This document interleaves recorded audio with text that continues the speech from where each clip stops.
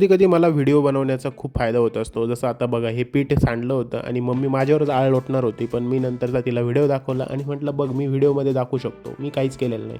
आणि हे बघून मम्मी हसायला लागली, कारण मम्मीकडूनच ते पीठ सांडलेलं होतं. कारण आज आमच्या घरी बनवायचं काम चाललेलं होतं गुलाबजामुन. मी मम्मीला म्हणत होतो, हा दरवाजा आणखी मोठा करावा लागेल जर तू असेच गुलाबजामुन आणि गोड गोड पदार्थ बनवत राहिली तर. माझं वजन असं कायमच वाढत जाईल. कसं होणार जर किचनमध्ये जर नवीन नवीन पदार्थ बनत राहिले तर ते मी खाणारच ना. माझा काय त्याच्यात दोष आहे, असं मी मम्मीला म्हणत होतो. पटकन ऑफिसचं काम संपून मी किचनमध्ये पळालो आणि बघतो तर काय, गुलाबजामुन असे भिजून मस्त झालेले होते. एक गुलाबजामुन उचलून खायची इच्छा झाली, पण मम्मी तेवढ्यात म्हणाली मम्मीची नजर चुकून एक गुलाबजामुन तर मी उचलला आणि त्याला खाल्लं आणि खाऊन काय मजा आली. आणि बाहेर येऊन मी मम्मीला म्हटलं, कधी खाऊ?